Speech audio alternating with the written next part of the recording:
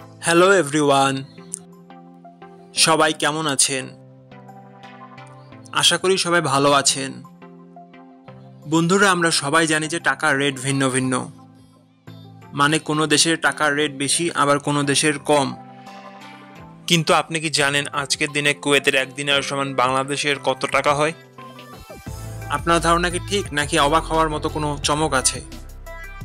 এই ভিডিওটি বিশেষভাবে আপনার জন্য তৈরি, তাই শেষ পর্যন্ত দেখুন। কারণ আপনি যদি নিয়মিত টাকার রেট জানেন, তাহলে অর্থ লেনদেন বা বিদেশ থেকে পাঠানো রেমিটেন্সে লাভবান হতে পারেন।